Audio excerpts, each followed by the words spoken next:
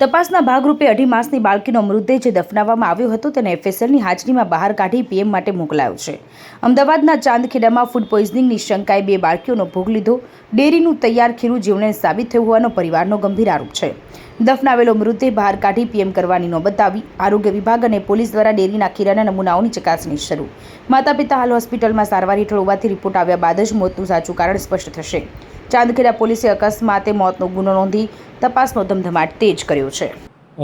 ગઈકાલ તારીખ 5/4/2026ના રોજ જે વિપુલ કુમાર ગૌરીશંકર પ્રજાપતિ છે એમણે જાહેરાત આપી છે કે એમની જે દીકરી છે 3 વર્ષની મિષ્ઠી એ મરણ ગયેલ છે. અને જે બાબતે એમને પૂછપરછ કરતાં તેમણે જણાવેલું કે તારીખ 1/4/2026ના રોજ સાંજના સમયે તેમણે આઈઓસી રોડ ઉપર આવેલ ઘનશ્યામ ડેરી છે ત્યાંથી ખીરું લીધેલું હતું અને એમાંથી ઢોસા બનાવી અને તેમણે અને તેમના પરિવારે ખાધા હતા. અને બીજા દિવસે બી 2 તારીખે બી એમાંથી જ ખીરું બનાવીને એના ફેમિલીએ ખાધા હતા. અને જેના કારણે ફૂડ પોઈઝનિંગ થવાના કારણે એ લોકોની તબિયત કથળેલી હતી અને આના જ કારણે તેઓ પ્રથમ સામાન્ય સારવાર લીધેલી હતી અને જેનાથી ફરક પડી જતા પછી એમને આગળ દવાખાને ગયેલ નહોતા, પરંતુ તબિયત વધારે ખરાબ થતાં તેઓએ કેડી હોસ્પિટલમાં પણ સારવાર લીધેલી હતી. અને બાદમાં તારીખ 4/4/2026ના રોજ તેમની જે 2.5 મહિનાની દીકરી છે અચાનક તેનું મરણ ગયેલું હતું. જે બાબતે તેઓ જાહેરાત કરેલી નથી, પરંતુ તેની અંતિમ વિધિ કરી નાખેલી હતી. ત્યારબાદ તારીખ 5/4/2026ના રોજ જે તેમની 3 વર્ષની દીકરી છે તે સવારે ઉઠેલી અને અચાનક ચક્કર આવતા પડી જતા તેને કેડી હોસ્પિટલ લઈ ગયેલા હતા અને ત્યાં તેને મરણ જાહેર કરેલી હતી. અને આ બાબતે જ્યાં ચાંદખેડા પોલીસ સ્ટેશન ખાતે અકસ્માત મોતનો ગુનો દાખલ કરેલ છે.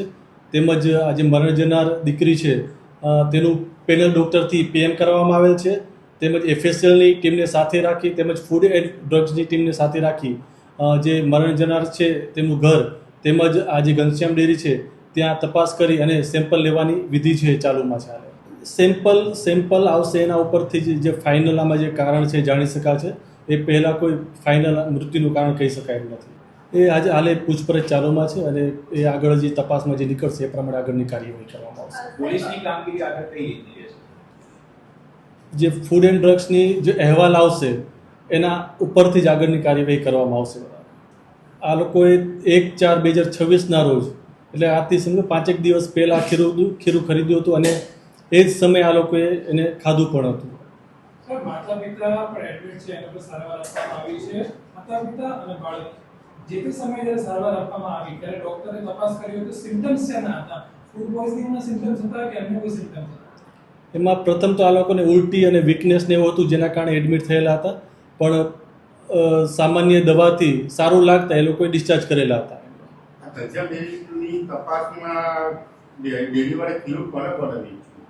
અત્યાર સુધી હજી પૂછપરછ ચાલુમાં છે, એટલે કોને કોને વેચ્યું છે, જે આ સિવાય બી કોઈ વ્યક્તિને આડઅસર થઈ છે કે કેમ એ બાબતે હજી આગળ તપાસમાં જાણવા મળશે.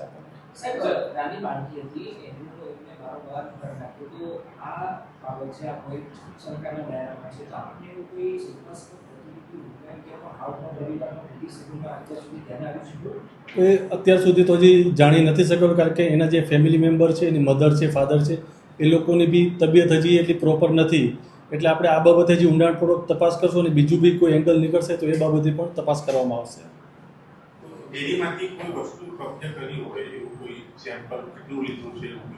સેમ્પલ લેવા માટે અત્યારે અમારી ટીમ અને ફૂડ એન્ડ ડ્રગ્સની ટીમ ત્યાં જ છે અને એ પ્રક્રિયા ચાલુમાં છે.